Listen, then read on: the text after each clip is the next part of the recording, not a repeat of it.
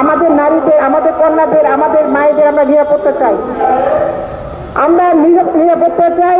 এবং আমাদের বর্তমান যে তত্ত্বাবধায়ক সরকার যিনি আসছেন, আমি চাই যে এই ধরনের নিকৃষ্ট ঘটনা যারা ঘটাবে তাদের একমাত্র বিচার হবে মৃত্যুদণ্ড। সেই আমাদের সব কিছু যে আমাদের এখন আন্দোলনে চলছে যে না কোটা বিরোধী নয়, বৈষম্য, কোনো বৈষম্য থাকবে না, মেয়েদেরকে সমান তালে সমভাবে চলতে দিতে হবে।